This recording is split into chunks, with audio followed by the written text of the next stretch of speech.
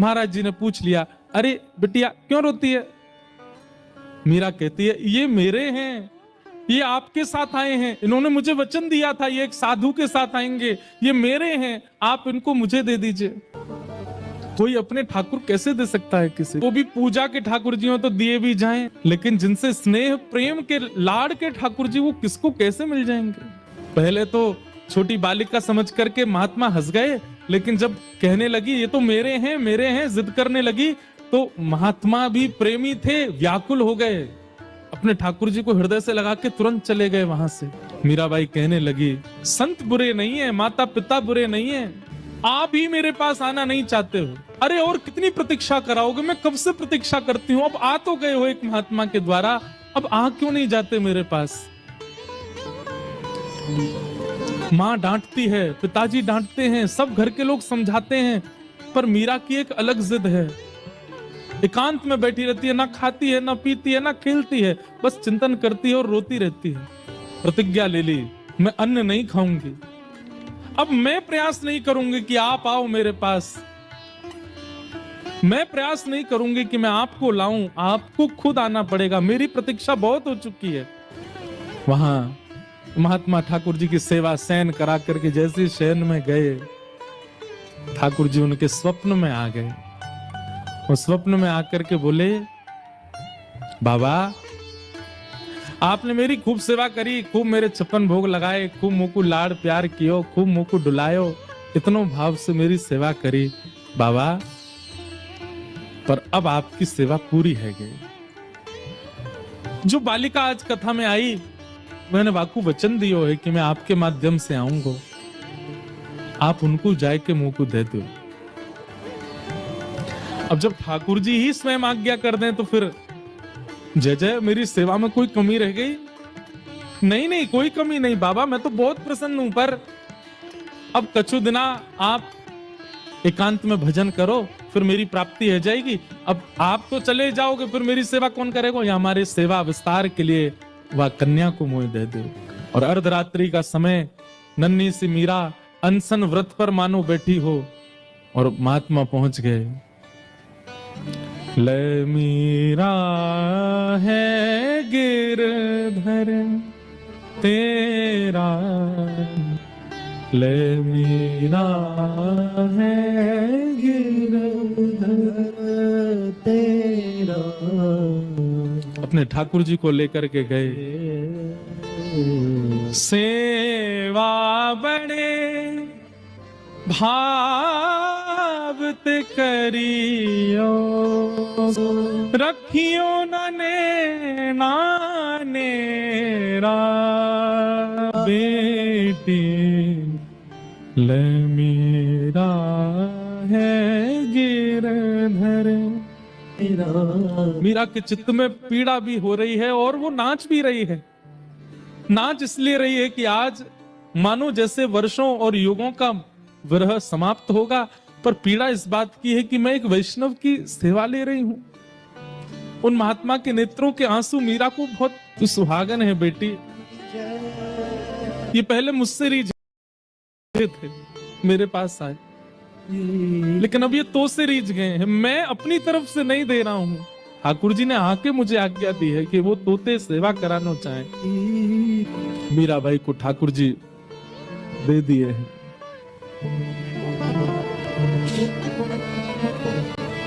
चले गए महात्मा। ये ठाकुर जी का नियम है बंधु, एक को संयोग देते हैं तो जिसको संयोग दे रहे हैं मानो किसी को वियोग देके आए, और जिसको संयोग दिया है वो तैयार रहे, एक दिन वियोग मिलेगा। बस आनंद में रहती है, प्रसन्न रहती है, झूमती रहती है, मानो अब इससे बड़ा सुख उनके जीवन में और कुछ नहीं है, आनंद है। और तभी एक अवस्था हो गई मीराबाई की, प्रेम तो चित्त में खूब है, परंतु एक संकट का एक मानो बादल मंडरा रहा था मीराबाई के ऊपर। क्यों? अब पिता, घर के सब बड़े सदस्य और राव दूधा जी तो पधार चुके हैं। मीरा बहुत रोई जब दादाजी गए, क्योंकि वही थे जो भक्ति मार्ग में लेके आए मीरा को। संकट इस बात का है कि अब सब चर्चा करते हैं कि मीरा का ब्याह करो। एक दिन मीरा अपनी मां से लड़ने लगी, मां आप मेरा किससे ब्याह कर रही हैं? अरे मेवाड़ के राजा, मेवाड़ के राजकुमार राजा भोज, तुम जानती हो उनका पराक्रम, तुम जानती हो उनका ऐश्वर्य। अपनी मां से मीरा कहती है, तो फिर ये कौन है जिनको बचपन में आपने मेरा बींद बताया था? अरे बालापन की बात है, बचपन में ऐसी तू जिद कर रही थी इसलिए बोला। बोले मां आपने तो ऐसे ही बोल दिया, परंतु मैं तो चित्त में घर करके बैठी हूं कि यही मेरे बींद हैं और मेरा स्वभाव व्यवहार सब कुछ वैसा ही है। आप अपनी बात से कैसे मुकर सकती हैं मां? चुपचाप तैयार हो जा, तुझे देखने वाले आ रहे हैं। कौन समझे विरह वेदना। मीराबाई बैठी है अपने ठाकुर के सामने, मंदिर में ही बैठी है, कुछ विशेष श्रृंगार नहीं किया है। तभी भोजराज और पूरा परिवार सब आए, इच्छा प्रकट की कि एकांत में मीरा से बात करना चाहते हैं। मीराबाई बोली, मेरे लिए तो एकांत मेरे ठाकुर जी का स्थान है, जो बात करनी यहीं बैठ के कर लो। सब चर्चा हुई, मीराबाई ने स्पष्ट कर दिया, एक पत्नी जो धर्म का निर्वहन करती है, अगर वो अक्षा आप मुझसे रखते हैं और मुझसे ब्याह करना चाहते हैं तो मैं पहले ही आपको स्पष्ट कर दूं कि मैं उन सब धर्म के निर्वहन में बिल्कुल अपूर्ण हूं। अपने परिवार में सबसे कह दीजिए मैं उस योग्य हूं नहीं, वो तो मेरे परिवार वाले चाहते हैं, इसलिए मैं आपसे चर्चा कर रही हूं। नहीं तो एक स्त्री का जो धर्म होता है पति के प्रति, ससुराल के प्रति, उन सबको, मैं तो अपने घर के प्रति कोई धर्म नहीं निभा पाती एक पुत्री का। इसलिए मैं आपसे पहले ही स्पष्ट कर देती हूं कि एक पत्नी का धर्म मैं नहीं निभा पाऊंगी, क्या मैं नहीं निभा पाऊंगी। भोजराज का उत्तर सुनने लायक है। बंधुओं, मीराबाई का जिनसे ब्याह हुआ वो अत्यंत कुलीन भाव के। उन्होंने कहा मुझे मंजूर है, मैं भी नहीं आपसे अपेक्षा रखता हूं कि आप पत्नी धर्म का निर्वहन मुझसे करें। आपकी सुबह से अभी तक की गतिविधियां देख करके, आपके विचार भाव और आपके हृदय की स्थिति देख करके मैं जान चुका हूं कि आप सामान्य धर्म में नहीं हैं। परंतु अब मेरी इच्छा और ज्यादा आपसे विवाह करने की इसलिए है कि मैं आपसे पत्नी धर्म का निर्वहन नहीं करवाना चाहता। मैं चाहता हूं, हमारी भूमि में राजा तो बहुत आते हैं, मेवाड़ की भूमि में बड़े बड़े महापुरुष आते हैं, बड़े बड़े योद्धा आते हैं, पर मेवाड़ की भूमि पर अभी तक किसी भक्त के चरण नहीं पड़े। यदि आप मुझसे विवाह करें और हमारी मेवाड़ की भूमि को अपने चरणों से और श्री गिरधर लाल जी के स्थापन से पवित्र कर दें तो ये हमारे लिए बड़े सौभाग्य की बात होगी। मैं इस चर्चा को गुप्त रखूंगा, किसी के सन्मुख नहीं कहूंगा। ये मेरी और आपकी चर्चा है, सबको बताने के लिए विवाह का एक अभिनय होगा, परंतु मैं चाहता हूं कि आपके चरण हमारी मेवाड़ को पवित्र करें। बाकी जैसी आपकी इच्छा होगी, मेरी उसमें कोई अतिशयोक्ति नहीं होगी। और ऐसा कहकर के भोजराज चले गए। मीराबाई ने कोई उत्तर नहीं दिया। लेकिन प्राचीन भारत में कहां पूछा जाता है, सबने पक्का कर दिया ब्याह। मीराबाई एक संत से जाके कहती है कि कभी अगर हृदय में बहुत वेदना होती हो और अपने प्रियतम को बतानी हो तो उसके लिए कोई उपाय है? तब एक संत ने कहा, तुम पत्र लिखा करो और वृंदावन जाने वाले किसी व्यक्ति के हाथ वो पत्र भेज दिया करो। मीराबाई आज पत्र लिखने के लिए बैठी है और पूरे कक्ष में केवल खाली पत्र पड़े हैं, लिख नहीं पा रही है। बार बार एक एक पन्ना फाड़ती है, फिर कुछ लिखती है और लिख करके फिर उसको फेंक देती, फिर दोबारा लिखती है, फिर फेंक देती, फिर लिखती है।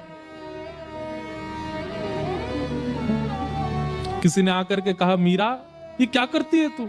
इतने पत्र पड़े, ये सब क्या है? पत्तियां मैं कैसे लिखूं, लिखी ही न जाए। क्यों? कलम धरत मेरो कर कांपत है।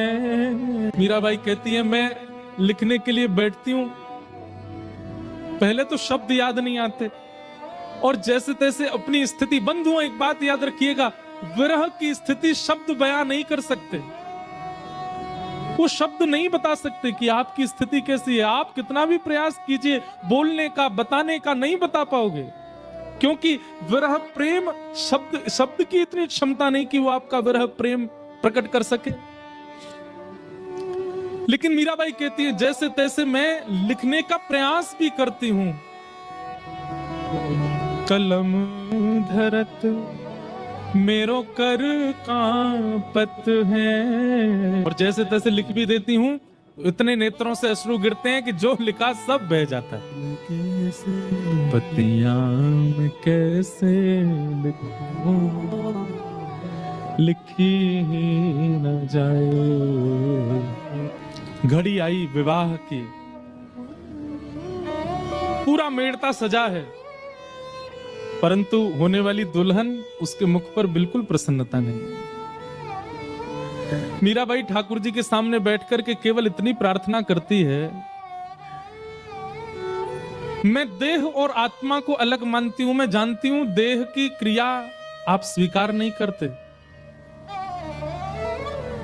देह भले ही कोई और वर्ण करके ले जाए, कम से कम आत्मा आपकी है, ये स्वीकार करके मुझे कैसे भी बता दीजिए कि आपने मुझे स्वीकार कर लिया। मुझे और कुछ नहीं चाहिए। अन्य से देह का विवाह हो, उससे पहले पहले आत्मा का आपसे विवाह हो जाए। हे ठाकुर जी, मैं और कुछ नहीं मांगती आपसे। रात्रि में मीरा रोते रोते सोई हैं, और तभी स्वप्न में श्री ठाकुर जी पधारे, और मीराबाई के साथ स्वप्न में ही विवाह संपन्न हो गया।